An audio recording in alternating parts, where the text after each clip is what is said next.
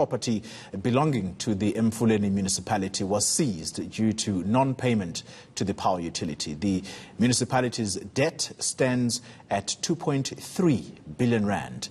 MEC Maile talks to us in studio this morning. Good morning, MEC. Good morning. So 2.3 billion rand is owed to Eskom. How much of that has been paid to the power utility? Well, the municipality has been paying. I think that's what is important. How much? So far, I know that just now in February, they paid about 100 million. Now in February, they would have paid close to 600 million, if I'm not mistaken. But the biggest problem has been the interest that has been accruing on the historical debt. So as a result, there's not been a movement. So they are paying.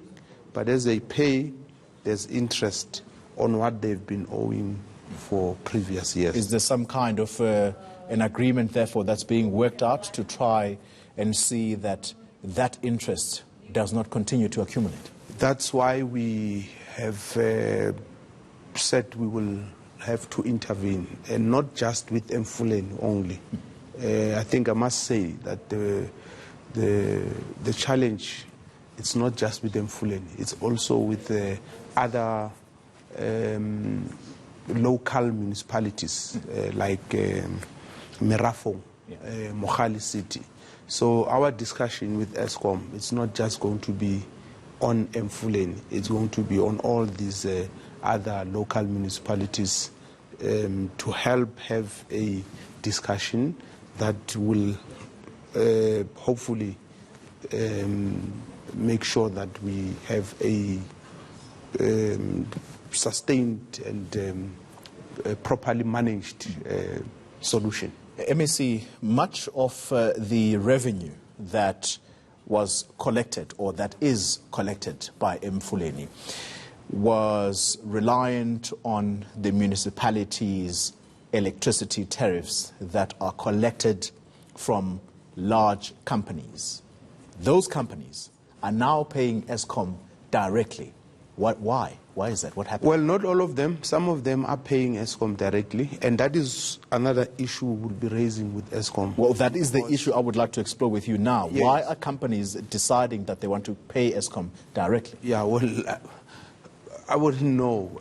Others might feel that because Eskom might be giving them a discount, by the way. So there's various reasons why.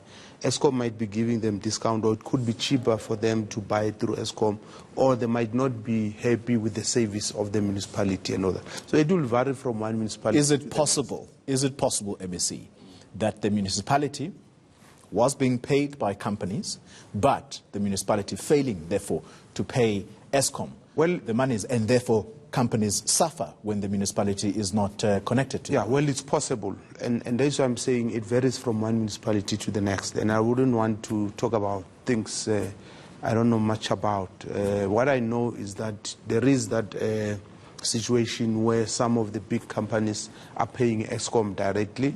And we would want to zoom into each municipality and look because some of the municipalities believe that Eskom is not honest with them. Well, MEC, I don't want to be part of the blame game. Forgive me for being hard on you, MEC.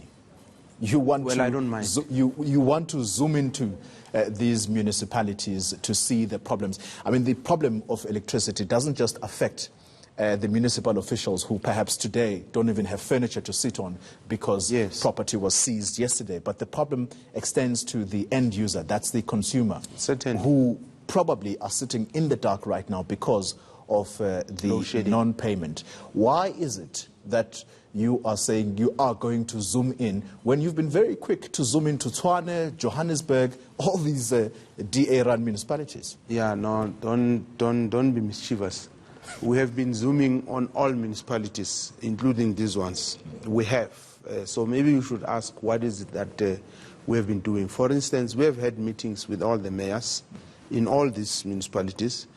We know for the fact that the Emfuleni municipality and other municipalities I've mentioned have been struggling to reach an agreement with Eskom because Eskom has not been keen. So what I don't want to do now is to play a blame game and say it's Eskom or it's this or that. What we want to see happening is that there must be an agreement, as I've said, that is going to be sustainable and that will help us to find a solution to the problem, not to play the blame game. Yeah. If you want me to play the blame game, I can, but it's not helpful. As you say, the problem is that service delivery is affected. Is compromised, and that's what I want to ask you next. And we are interested, including in Tshwane and in Johannesburg, where you say DA-led. Our concern has been service delivery, and it has not changed. And it is service delivery, MEC, that yes. I would like to ask you about right now. Yeah.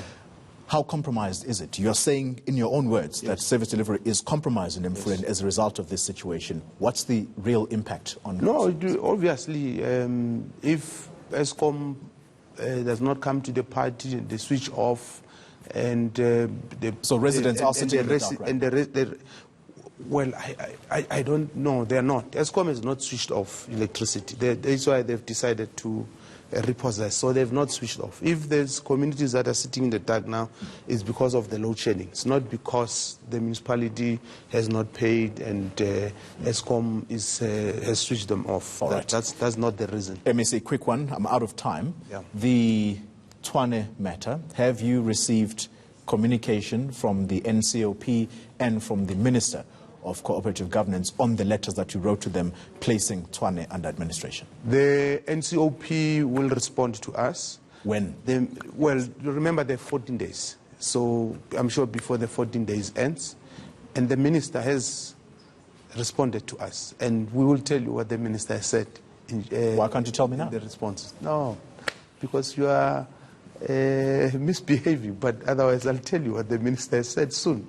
Don't worry. But the Minister has responded, and the letter has been written to the Premier, copied to myself. I can confirm that we received the letter yesterday from the Minister. Affirming that Tshwane is under administration. We received the letter from the Minister. What I can tell you is that we are planning to ensure that when that 14 days expires, there's an administrator who's going to run the municipality, and we will be meeting.